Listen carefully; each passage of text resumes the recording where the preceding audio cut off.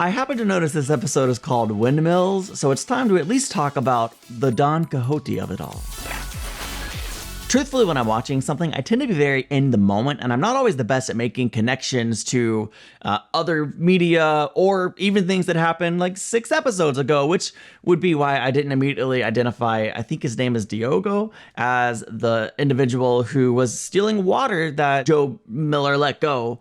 Right? So he's just out there floating in space. That's interesting. But also, like Don Quixote, I didn't think a single thing of the fact the first episode was called Dulcinea, and now I do. And noticing that this episode is called Windmills, like it's undeniable at this point, the Don Quixote references just keep on coming. And I kind of wonder what inspired, obviously Don Quixote inspired it, but the authors, what inspired or what prompted them to make all of these literary references to Don Quixote, and what is the deeper significance in this? How many parallels are throughout this? I mean, I think at this point I've got a grasp on the obvious ones, but I'd be willing to bet there's a lot more that I've missed and that I'll probably miss. So feel free to catch me up and let me know of anything that I've missed so far. And thank you to my patrons and channel members who have thus far helped keep me in line with some of the things that I don't immediately pick up on, helping me make some of the connections. I value you guys so much, and gals. But yeah, now it's time to get into the newest episode, and there's a lot of threads right now that I'm sure we're going to be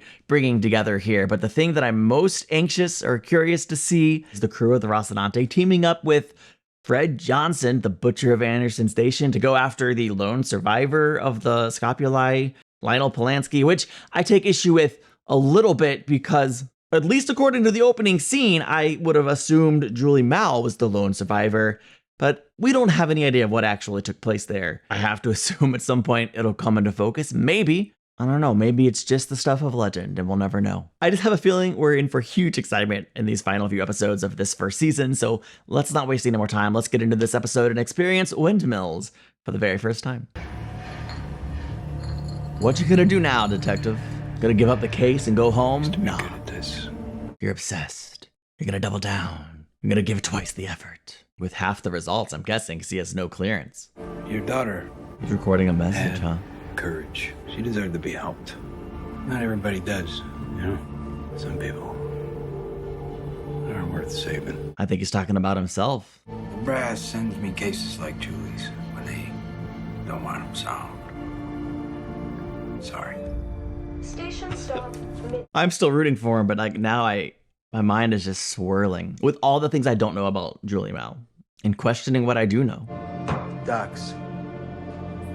Maybe he'll join up with Dawes because he doesn't have anywhere else to go. I think maybe that's how a lot of people end up working with men like Dawes. Mars went ballistic when a belter attacked the Scipio Africanus. So now they're patrolling every shipping lane between here and Eros. Oh, And we are driving a stolen Martian frigate. that's super inconvenient. They have no reason to board us. Yeah, they're gonna be boarded, right? It wouldn't be as fun otherwise. Just got pinged by a ranging laser. They're just giving us a little love tap. Let us know they're watching. Well, if that love tap turns into a target lock, we need to be ready. Right. Spot on, Amos. How did someone as smart as you end up on the Canterbury? I felled upwards to the level of my incompetence, same as the rest of us. That is so accurate. Wow. One of my favorite Why are we lines. broadcasting? What are you talking about? No one's broadcasting anything. Yeah, we are. It's a radio transmission coming from between the holes. Amos, check it out. Amos. Amos. I'm on it. He seems to be lacking motivation, maybe questioning his life choices. Like something's weighing on his mind. Who's this? Montana, North American Trade Zone. Okay. It's kind of a haunting visual. This group has a history of run-ins with the government. Really? I'd no idea. Ma'am, If I see one person on the ground or one helicopter overhead, you'll be living on basic assistance by the end of the month. She's so commanding. Are those the windmills? Maybe some literal windmills, and we're gonna be up, on an uphill battle facing some metaphorical windmills. I don't know. Ellis Holden. I'm Christian Avasarala, UN Deputy Undersecretary. This about Jimmy? It is. Oh my goodness. She went to his mom? That's fascinating. I am a consultant for DeVilla Aerospatial. I've been stealing codes and tech from Tycho for 2 years now. Then why are you on our ship? Good question. Dipped my fingers a little too deep in Fred Johnson's cookie jar. Ah, he was caught. Cover was blown. Uh-oh. That's a more than a... They launched a boarding skiff. Say, that's more than a little hello. Put him in the airlock. Well, wait a minute. Fresh air it is. Don't do that. Wait a minute. Wait. Keep him there. Disable the control so he can't get out. Okay, they're just storing him in the airlock. They're not planning to jettison him. You think the Martians are gonna buy whatever story you're selling? Not a You shut him up, please. No, look, you need to... I don't know. Maybe he could somehow get us out of this situation. I don't know how. He's making an entrance. You all remember Mr. Miller? He used to work for us. Tonight, he's my guest. From trying to kill him to he's my guest. He sees an opportunity. I was never fighting against you, Miller. In fact, I was fighting for you. I was thinking that when you were going for tossing me in the airlock. Usually when a man is about to lose everything, he realizes what mattered to him most. I see everything I need to see. Maybe you haven't lost everything yet. When you do, you'll know your way home. It will welcome you. Dawes is so confident that he's home. That's James. That's all of us. Brave woman. Being part of a family co-op. It's hard enough for one husband to get along with me. Printed books. We don't see these much anymore. Uh-oh. I was gonna say that's sad, but I use audiobooks most of the time. Whoops. I'm part of the problem. Cervantes. Jimmy liked to think of himself as a knight. He thought it was a funny story. I never broke it to him that it was a tragedy. Can we stop with the bull now? Whoa. Clear direct Don Quixote references. You're not just here to tell me my son is dead. You could have done that with a letter. You're here because you think he had something to do with it. The water hauler the Martians destroyed. Was he involved? Of course not. I know this one. My boy was a little angel. That's every mom. And I thought we were done with the bull. Ho ho! Why are you here? I need to understand your son. I have two governments, and whatever the hell the OPA calls itself, on a course toward a war that your son started. I want to stop it before anyone else loses a kid. What could I possibly say to you that would make any difference now? Make him make sense to me. She's on such a quest for understanding. Why did he leave your little paradise here? Jimmy's alive. And his home life is way different than I would have expected. You think I won't space you? Oh, I'm pretty sure you will. I think it's pretty clear you matter more than just me. I know a few tricks might help get us out of this jam. I bet he does. Either way this plays out, you're dead. You're a loose end. There's nothing personal. I can help us survive. So you tell your captain. You're not our captain. I've had to pee for like 2 hours now. I'll see you soon. I'm just so confident he can help us. And I would like him to have a conversation with Jim one-on-one rather than Amos. Say, can he do something here? Yeah, it seems like he might be able to do something here. They don't know about the tech in his eye. Is it a contact lens or is it his actual eye? Fun. You at Julie Mal's place? I mean, you've already been through here twice. Maybe he just wants to take another shower. Him and birds, man. It's a really cool shot. Is the bird trying to tell him something? So listen, that ship you're looking for, Anubis, whatever, it never showed up here. But the funny thing is, a short-range shuttle from that ship did. The bird was a sign that he has to follow up on this lead, even though he is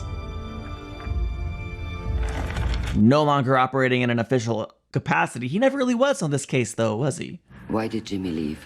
Just arrest me. You put all your hopes on your son. I pressured mine to join the Marines, or I wouldn't pay for his education. First step in a career of public service, like mine and my father's.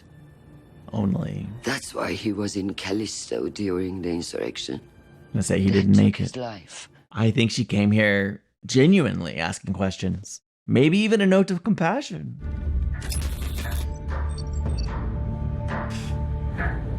You get the help. Congratulations. Oh no.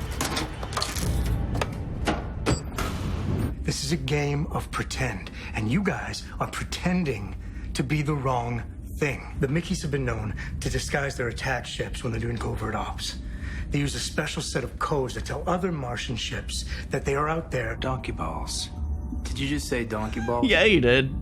We ran across this unflagged tanker acting kind of suspect. He just jabbered on and on, ending with the phrase, donkey balls.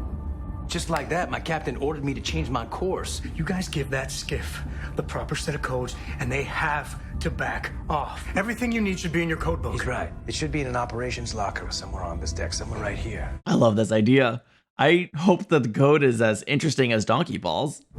Also, yeah, if Mars does have a habit of disguising their ships, then this is definitely a better strategy. Enter 24-digit security code. Great. Do we have that? Donkey balls. Appropriate, Alex. Appropriate.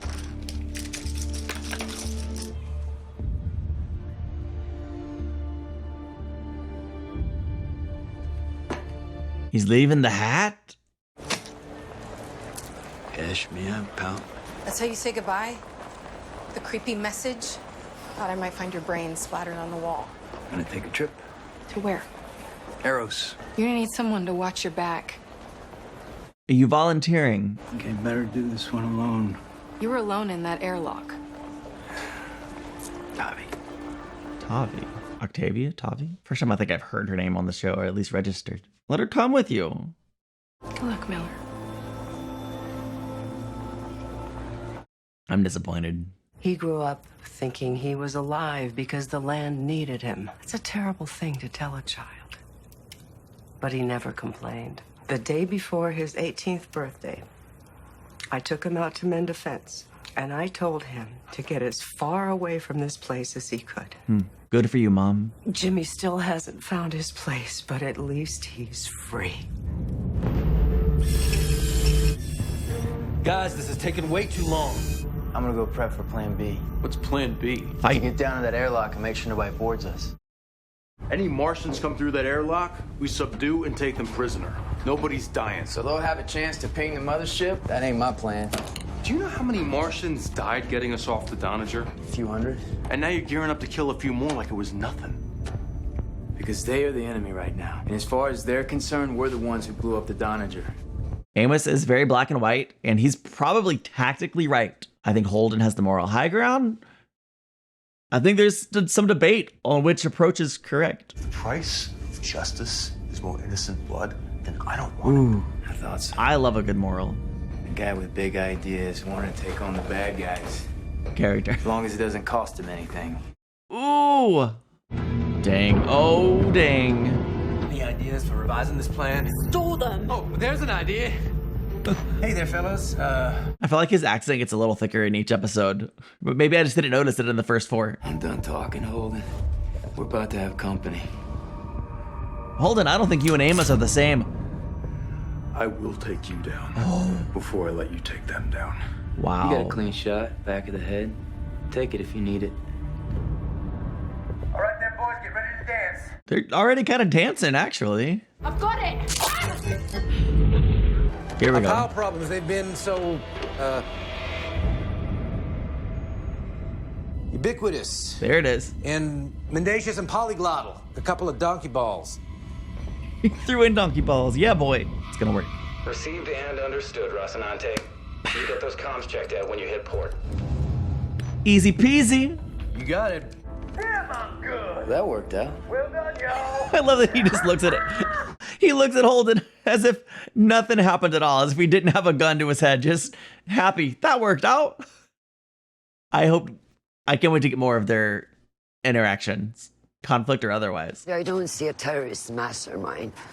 We'll have the asset back him and bring him home for a long chat. Your corporate spy's been compromised. Holden was heading for Eros in a converted MCRN gunship with fake transponder code supplied by Fred Johnson. So your analysis of his character notwithstanding, I've activated a Black Ops team. Holy crap. We're taking Holden off the board. I like that she's not on board. Yeah, I like her more and more every episode. According to Fred's coordinates, the last known residence of Lionel Polanski is a charted belt asteroid, Bravo Alpha 8. Let's see if Polanski's there. We got ourselves a rock. Hopefully one with some answers on it. My guess is there's not going to be a lot of answers. Next port we hit, I want your boy Amos off this ship. What's happened? Getting the show on the road?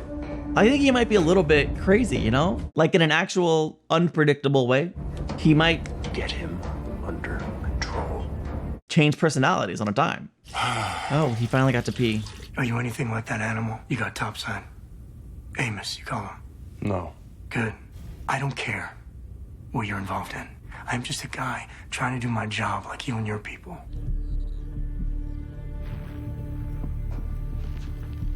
He's gonna get a signal at some point.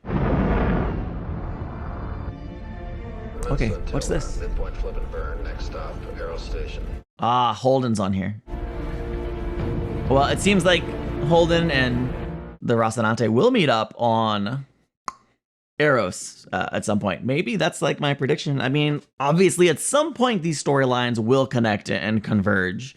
And so it seems like all roads are leading to Eros Station. I'm sad that we're leaving Tavi behind. Hopefully not forever. I don't know.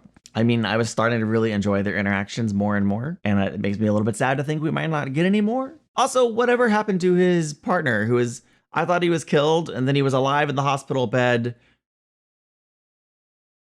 And we haven't seen him since. Should they have just killed him? If he's not gonna be a part of the show anymore? Does he not have any input in the fact that his partner's been fired? Is it not relevant to him? What's up with that? Also, we found out a lot about Holden's home life. Not at all what I expected. I really like his mom. She is a fighter. She loves her son, and that all those scenes were so engaging and interesting. And like, yeah, Chris Jen, she's amazing. I'm just really enjoying watching her fight for the thing she fights in. And this episode really gave me a lot of compassion for her, hearing the story about her son and the relation, the connection she had with Holden's mom. I loved the little detail of Holden, reading Cervantes, right? Like, they didn't say the words Don Quixote, but obviously that is what he was reading and referencing, and him enjoying the stories of knights. And it's just kind of like, hang on now. Obviously, it's kind of like, oh, so he didn't pull the name Rocinante out of thin air. He pulled it right from the source material. I think that is clever and very interesting. And it does kind of like lead to the question, is he going to be Don Quixote in the story? Is Miller Don Quixote in this story? Right? Because they're both, I don't know, maybe they're both Don Quixote in their own way. Miller certainly has the obsession with Dulcinea going for him. Seems like Holden has most everything else. As to the windmills in this episode, obviously there was the literal windmills back at the Holden home that we saw kind of in the background there. At least futuristic sci-fi windmills. I assume that's what they were anyway. But then there's also figuratively, I guess, metaphorically, I don't know that I saw any like imaginary enemies in this episode, unless there was no Mars people about to board them. Oh, the tales of giants that we must slay. I don't know, but you could certainly still, just looking at Miller and following him, you could kind of like put together, hey, he's still at this. He's still pursuing his assignment. Certainly has no actual motivation to do so now, except that it's become his obsession. But will it matter in the end, right? Like, maybe it is an imaginary, so to speak, hopeless endeavor that he's taking upon himself. Only time will tell as far as that goes, but I'm just so curious to see how this all ends up and where we're going with it. And I love that Miller's off planet now, and at least on track to probably, at some point, I have to imagine, intersect with the Rocinante.